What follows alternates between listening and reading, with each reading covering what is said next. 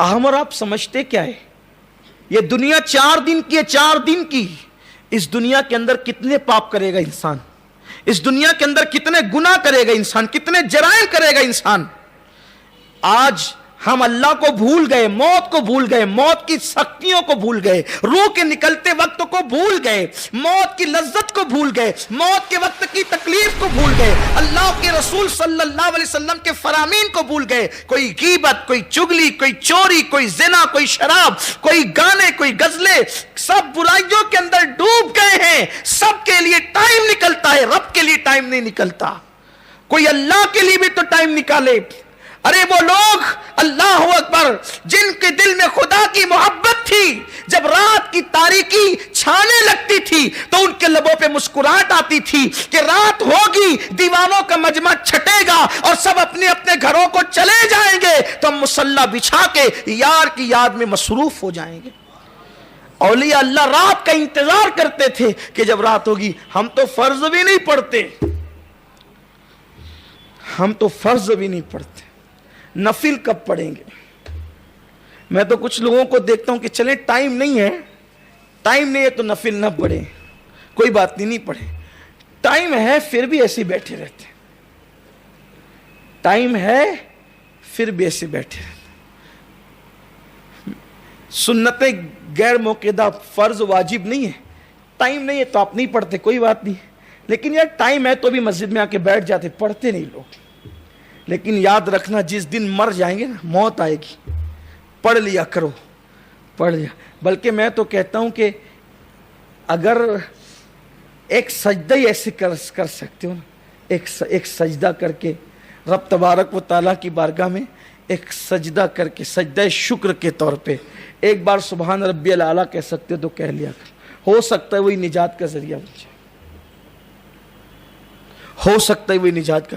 جب ٹائم ملے تب اللہ کی بارگاہ میں سر جھکا لیا کرو. نہیں ٹائم ہے تو بات الگ ہے، نفل کے لیے، غیر موقعہ کے لیے، لیکن ٹائم ہے تو پھر پڑھا کرو، بہت برکت ہے.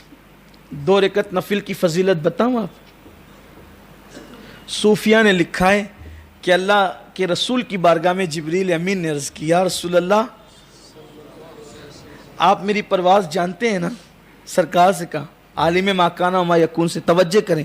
2 رکعت نفل ابھی موقعہ اور فرائض اور کی بات ہی الگ ہے. 2 رکعت نفل، توجہ، آپ دھیان دیں. جبریل کہتے ہیں حضور آپ میری پرواز جانتے ہیں؟ سرکار نے کہا ہاں. ظاہر سی بات ہے جو زمین پہ بیٹھ کے لوح محفوظ دیکھتا ہو، اور بلکہ جس کے صدقے میں جبریل کو پرواز ملی ہو.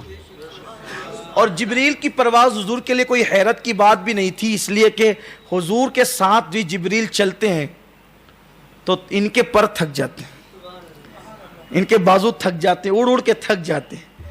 میرے امام کہتے ہیں تھکے تھے روح الامی کے بازو، کہاں وہ دامن کہاں وہ پہلو، رکاب چھوٹی امید ٹوٹی، نگاہ حسرت کے ولولے تھے. جبریل کی پرواز کیا ہے؟ پرواز لوگ راجدھانی کی بات کرتے تھے، ہمارے بچپن میں تو ہماری آنکھیں پھٹی رہتی تھی کہ راجدھانی اتنی تیز چلتی ہے.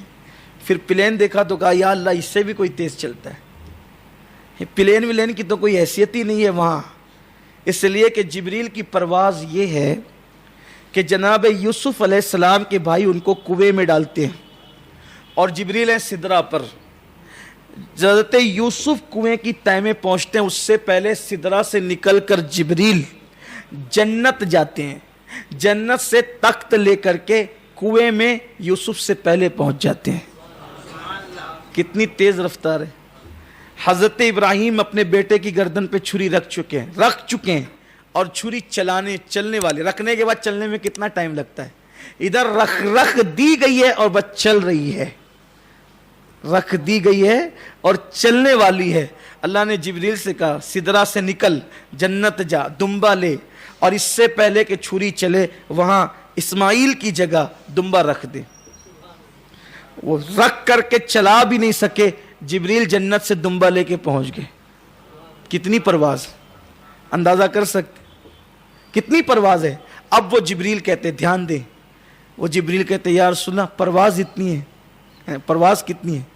آپ کے کسی امتی کو جب 2 رکعت نفل پڑھنے پہ اللہ جتنی بڑی جنت دے گا، جنت کتنی بڑی ہوگی؟ 2 رکعت نفل پہ جو جنت ملے گی وہ کتنی بڑی ہوگی؟